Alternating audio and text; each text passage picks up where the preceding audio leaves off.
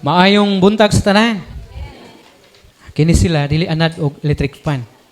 Ha? Dili anad og hangin. Ako kay naanad pa kog hangin kay sa amo man god. Ga ice mo nang gaanad tagbugnaw. Mas bala ko maayong buntag sa tanan. Sa ka pribilehiyo na kita makadungog na usab sa pulong sa Ginoo ning taknaa karon sa kabuntagon. Tungod kay dili tanan aduna gayoy kahigayunan na makadungog sa pulong sa Ginoo tungod sa kabisi sa kinabuhi ug tungod pod sa gina-offer sa kalibutan para mahimong busy ang tao bisan sa adlawng Domingo. Manang walay panahon sa pag-alagad sa Ginoo. Pero bulahan ka igsuon kay taliwala man sa kabisi sa kalibutan ug taliwala man sa kaanyag nga gitanyag sa kalibutan kanimo. Ani aka nga nagasimba sa Ginoo o magapamati sa iyahang nga pulong. Dili kita magalangan kung aduna mo'y Bible o Biblia, abli uban kanako sa libro sa unang Pedro, kapitulo 5, versikulo 7. O sa James chapter 4, verse 17. Unang Pedro, kapitulo 5, versikulo 7.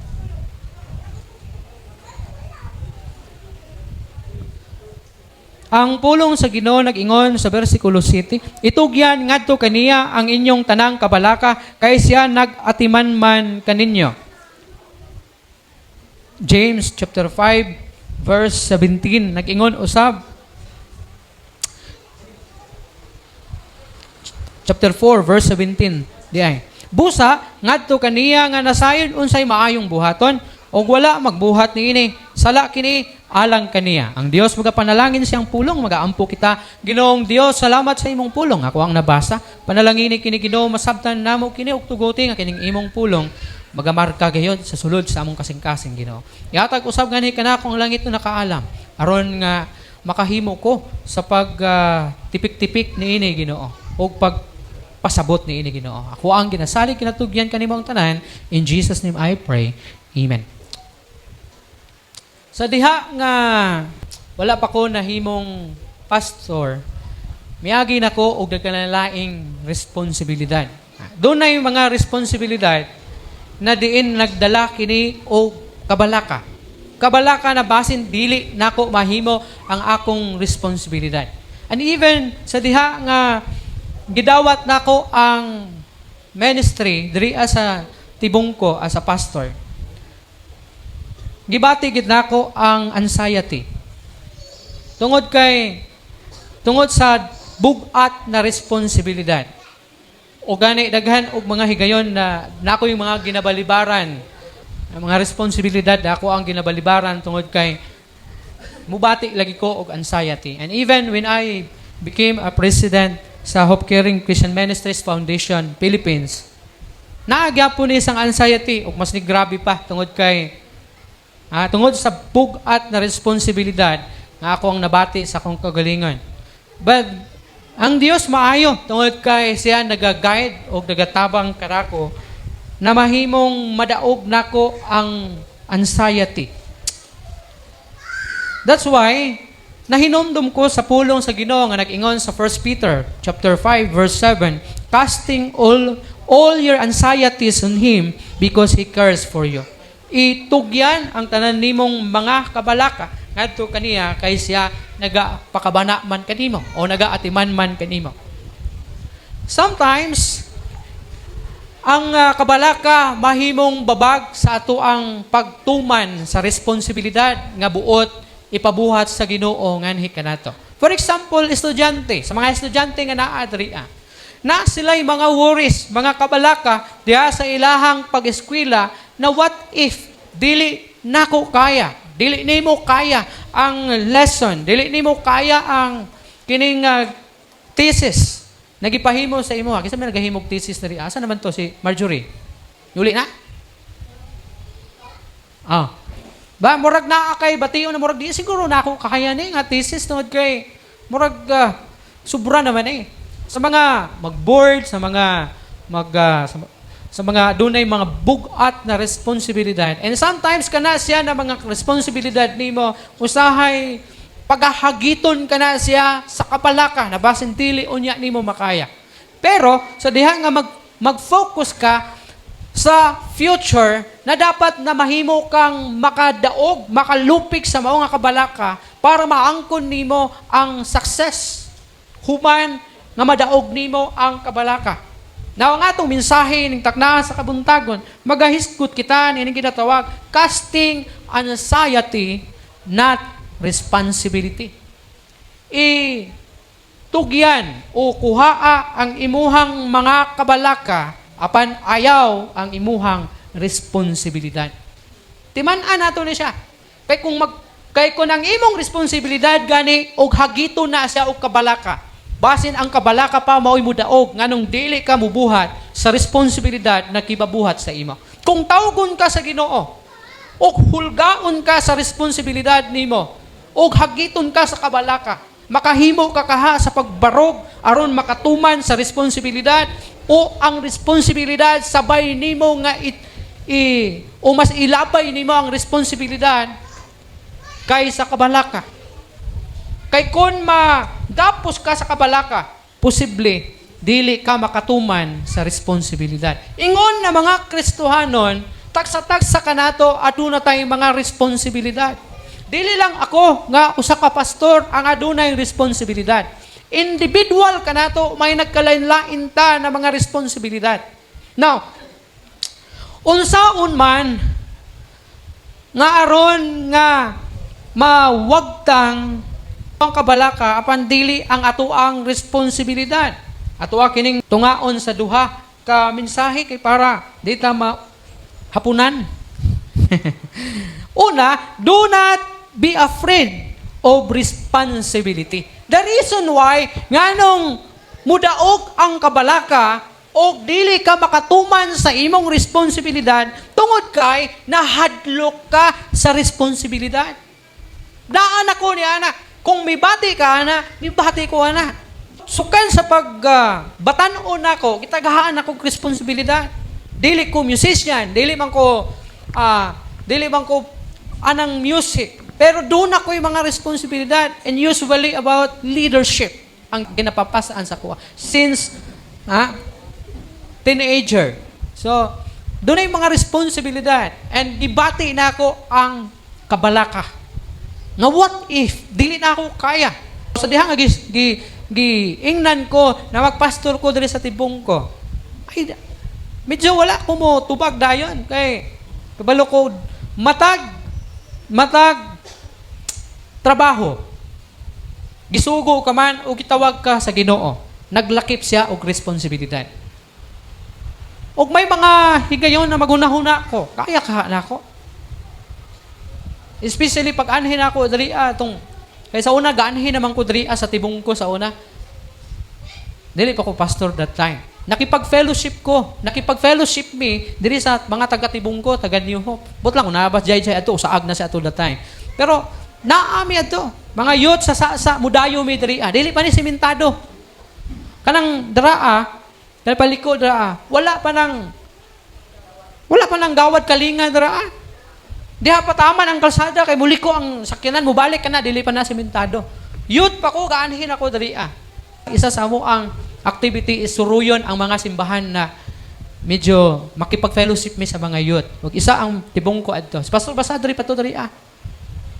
Dili pa ni inani. Dili pa simento ang simbahan.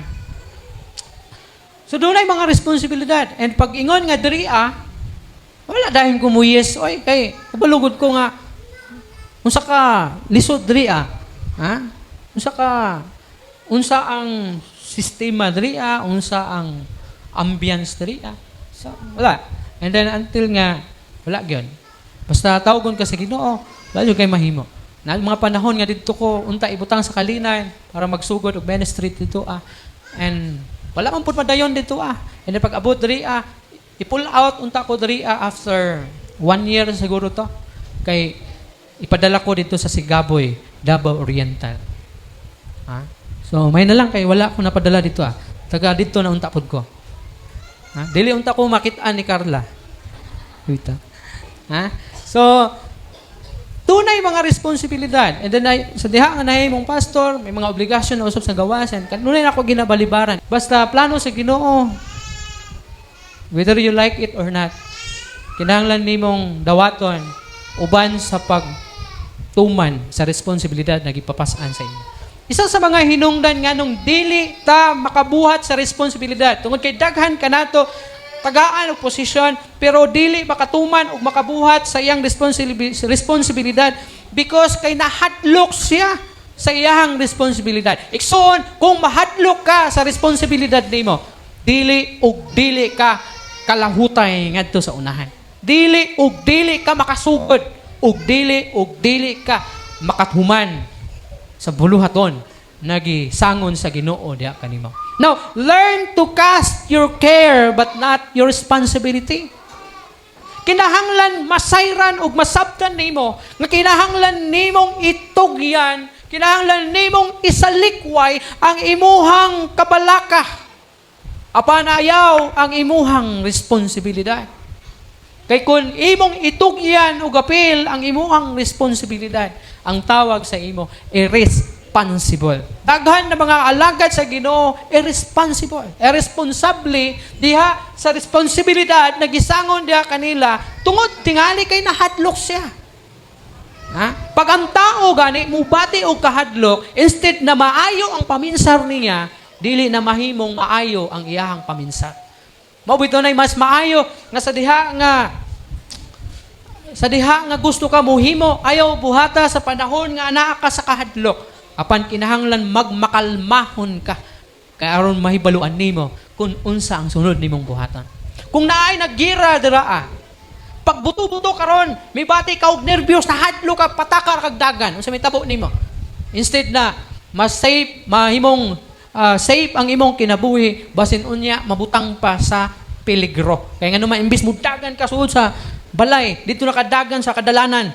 Kay na nagbuto-buto, ni wa ka kabalo ang imong gipadulngan. Padung dito sa nagpinusilay. Di apil ka igo dito mukalma sa ka. And then dito ka maminsar, magunahuna kung say sunod nimong buhatan. So ayaw gayod isalikway ang imong responsibilidad. Bisan unsa pa na sa kabugat og kadako, buhata ka na. Set your mind to do what is in front of you. Buhata and not to run from anything just because it looks challenging. Pagtanaw gani nato nga murag, uy, lisod bang kayo? Balik na lang siguro ta sa agi ani. You know what? Isa na sa mga kinaiya sa mga Israelites. Ano man? Sa diha nga nahimo silang ulipon diha sa Ehipto for 400 years. Miabot ang adlaw nga gipadala balik si Moses didto para ipagawas sila sa maong nasod ug dalahon ngadto sa promised land nga mao ang yuta sa Kanaan nga gisaad sa Ginoo nga ihatag ngadto kanila. Sa diha nga gitigom na sila og gidala na sila ni Moses, misangko sila ngadto sa Red Sea. Pagsangko nila sa Red Sea, nakarealize karon si Paraon na nganong gibuhian man to nako, nganong gitugutan man to nako sila, ako silang bawion be. So gigukod kini sila. Gigukod kini sa mga karwahe, sa mga kabayo, kining mga Israelites, sa mga Egyptian army. Samtang naabot sila dito sa Red Sea, nagapanglingi sila ug nakita nila nga, uy, haduol na ang mga kaaway, gaabog-abog na ang halayo nga dapit. Kay, siyempre, murag dako kanang Ehipto manggod, di na parehag Pilipinas nga nay mga kahoy. Mura na sa wilderness, kamingawan. Abog-abog ang karwahe, mga kabayo, and then abot sila sa sapa o sa dagat nga pula. Unya ingon dahil sila nga, Moses, usa man ning imong gibuhat sa moa? Nganong gidala man minimo diri? Gidala ba minimo diri aron mamatay? Unta, imo na lang unta kaming gipasagdan dito sa Ehipto, tan-awa. Kay pagtanaw nila sa kilid o sa ilang atubangan Red Sea, paglingi nila di sa ilang kilid, dako kayong bukid nga kumusaka sila, maabtan sila. Paglingi nila diri, dako kayong bukid nga kumusaka sila, maabtan gyapon sila. Paglingi nila sa likod, ato ay nag-abog-abog na mga karwahe ug kabayo nga nagpaingon sa ilaha aron sa pagpatay sa ilaha. Pero sa may gihimo ni Moses, wala ba niya buhata ang responsibilidad na gisangon sa Ginoo kaniya? Hinumdumi, gaingnan si Moses na ikaw ang mupagawas kanila. Sa balik dito sa Ehipto, kay gamiton ko ikaw, kay ipagawas nako ang akong katawhan o dalahon dito sa promised land o sa yuta nga akong gisaad na ihatag kanila, kaninya. So kanto gihinumduman to sa ni Moses. Nabisag unsa may mahitabo, luwason sila sa Ginoo. Mao to samtang anaa sila diha sa daplin sa dagat, mingon ang Ginoo kay Moses, ana ang imuhang usungkod ba to diha sa tubig? O di pag ana, napikas ang tubig. Nakalabang sila. Now kung ang Ginoo mo hatag kanimo og responsibilidad, abi ninyo, usahay nganong dili ta magago, sige rag ungot ang ato ang lubot sa lingkuranan, dili ta ka lakaw, dili ta ka tindog, dili ta ka sugod sa trabaho, hindi pa trabaho sa tuwa sa Ginoo. Kay nakalimot ka na at the first place, gitawag ka sa Ginoo. O kung ang Ginoo mo tawag sa imuha, walay dili nimo makaya. Nga naman, ang Ginoo man nagtawag nimo. Kung moingon ang Ginoo si mo trabahoan that means naa siya. Dili ka niya biyaan, kaya nga napulo sa Ginoo, I will never leave you nor forsake you. But the problem is, ikaw, kulang og kaisog. Mo na hinungdan nga ingon pa, learn to cast your care but not your responsibility. And set your mind to do what is in front of you. Buhata kung unsang naa sa imong atubangan and not to run from anything just because it looks like challenging. Pagtanaw nimo nga dunay dakong problema, muatras na lang dayon ka. Kay tungod kay murag challenging man, murag di na ako kaya. Ayaw, tungod kay di padala ka sa Ginoo niya na dili aron nga biyaan lang draa, kun dili ubanan ka niya hangtod draa, hangtod na makalatas ka, hangtod na mahimong successful ang trabaho nga gipatrabaho sa Ginoo diha kanimo. Can you imagine? Ang problema lang kay gapadaog ka sa kabalaka, basin di nimo kaya, basin og lisod kaayo. Kay kung magtanaw ka sa imong kaugalingon, basin madaog ka. Ha? Kay kung kini na mga fishermen, na mga disipulo ni Jesus Christ, kung ang ilahang gibasihan, kay ang ilahang kapasidad, dili na sila mo padayon sa unahan, kay namatay naman ang ilang teacher, ang ilahang magtutudlo nga si Jesus Christ. Pero nakita nila, nagingnan sila sa Ginoo nga, ako magauban kaninyo, hantod sa katapusan sa kalibutan. Maligisaad niya sa Matthew 28. 19 to 20. Go and make disciples to all nations, baptizing them in the name of the Father and the Son and the Holy Spirit. Ug timan ako magauban kaninyo. Mao ni ang nahinumduman sa mga apostoles. Nanong kinahanglan nilang mupadayon kay nasayod sila nga ang Ginoo magauban kanila. Kung masayran mo lang na dili ka biyaan sa Ginoo, dili ka magpasagad sa imuhang responsibilidad igsoon. Kung kabalo lang ka, kung gitawag ka sa Ginoo, sayra usab ng Ginoo mag-uban kanimo. Bisag unsa pa man ka bugat na mga hagit diha sa tawag sa Ginoo kanimo. Ha? Kung magbase kami ng kanga, dili man ko angayan. Si propeta Isaiah, dili pud siya angayan. Ingon niya, kay hugaw siya baba. Ay hugaw siya sinultihan. Si Isaiah sa lakto na pagkastorya, himalikas. Manay gi-reason out niya nga nung dili siya unta mutuman sa tawag sa Ginoo. Si Jeremiah, si prophet Jeremiah, ang tao nga gitawag og the weeping prophet. Dili unta siya kay tungod kay dili siya kapalo manulti usap. Dili siya paayo manulti. Dili siya inana.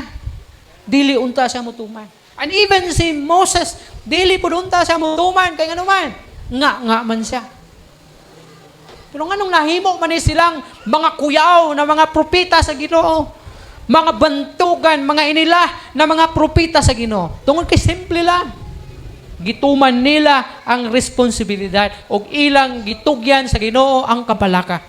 Even si Timothy, the young pastor, nasa mga around 17 ang iyang edad kini si Young Timothy. Sa diha nga nagsugod siya sa iyang pagpamastor sa usa ka iglesia. May kapalakas siya because he is young. Pat pahinumduman siya ni Pablo. Ingon ni Pablo sa 1 Timothy chapter 4 verse 12, ingon niya, Young Timothy, ayaw tuguti nga tamayon ka tungod sa imong pagkabatanon. See? Tingali, nakita ni Pablo nga si Timoteo, naghuna-huna siya, nga basin walay maminaw sa iya, nga basin walay mutuman sa iya, kay batanon pa siya. But remember, one of the king of Israel he's only 8 years old when he became king. And he became king for almost 40 years. Kung kining mga tawhana na himong mga bantugan, bisan luyo sa ilahang mga apan, ikaw po diksoon, mahimo kapod naggalamiton sa Ginoo, basta kay ang imo lang kabalaka sa mga apan nimo maulang ang imuhang isalikway, apan ayaw isalikway ang imuhang responsibilidad. Ikaduha, taking responsibility for your life. Kung irresponsable ka sa imuhang kinabuhi, mahimong irresponsable pud ka sa buluhaton nagisangon sa Ginoo kanimo. Igsoon, sa diha nga tawgon ka sa Ginoo, unang-una, be responsible sa imong kinabuhi. Kaya nga naman, kung irresponsable ka sa imong kinabuhi, that's the reason nga mahimo nimong gamiton nganong dili ka makabuhat sa responsibilidad. Kung mapasagaron ka sa imong kinabuhi, dili jud ka mahimong malampuson sa responsibilidad na gisangon sa Ginoo kanimo. We are responsible for our own actions and decisions. Pag usa ka leader, responsibilidad nimo ang imuhang action o ang imuhang desisyon. Unsa ba ang nahimong hinungdan nganong si former President Ferdinand Marcos Sr. na napukan siya or nahimong inadto ang dinalhan niya? Ngano ka?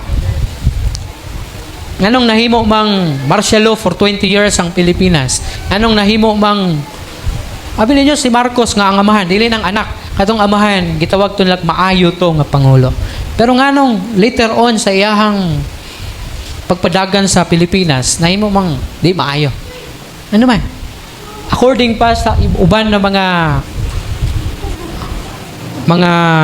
naga-analyze o mga pagduda sa uban nga ang nagpadagan sa ulahinan ng kapanahunan si Imelda Marcos. Now, if you are not responsible of your actions and responsible sa imuhang mga desisyon, mahimong dili jud ka makatuman sa imong responsibilidad.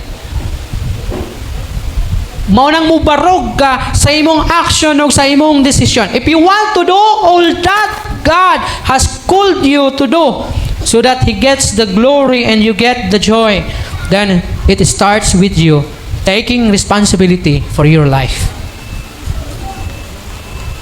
So kinahanglan mahimo kang responsible sa imong mga buhat o sa imong mga decision. Kung gusto ka nga mapasidunggan ang Ginoo, mahimaya ang Ginoo diha sa trabaho nga diin gitawag ka sa Ginoo. O kung gusto ka nga magmalipayon diha sa trabaho nga gipatrabaho sa imuha, then magsugod na diha kanimo sa pagka-responsable sa imuhang kinabuhi. Be responsible sa imong life nimo. Kay dili man gusto ang Ginoo nga nagbuhat ka sa buluhaton pero subo ka, wala ka nahimong happy. Isa sa mga reason nga nung dili ka makasinati og joy sa pag-alagad sa Ginoo, pagpamuhat sa buluhaton, because you are not responsible sa imong action o sa imong decision. You think na kining tanan is nahitabo ngayon ani, and then ang Ginoo wala na himaya, and then wala pud ka nagmalipayan. So be responsible sa imuhang kinabuhi. And lastly, avoid the blame game. Likayan nimo kining pag mahay-mahay or pagbasol-basol ni bisan kinsa. kung wala ka nahimong successful sa imong pag-alagad sa Ginoo, don't blame your brothers and sisters in Christ. Kay basig moingon ka nga wala ko nahimong lig-on tungod kay tungod nimo. Kay ginamarites ko nimo. Tungod nimo kay di ka maayog batasan. Tungod nimo kay di ka maayog sinultihan. Tungod nimo kay naluya ko kay lain man kayo kag kinaiya. Di na lang ko musimba, di na lang ko mangalaga kay tungod nimo. Don't blame anyone or don't blame somebody.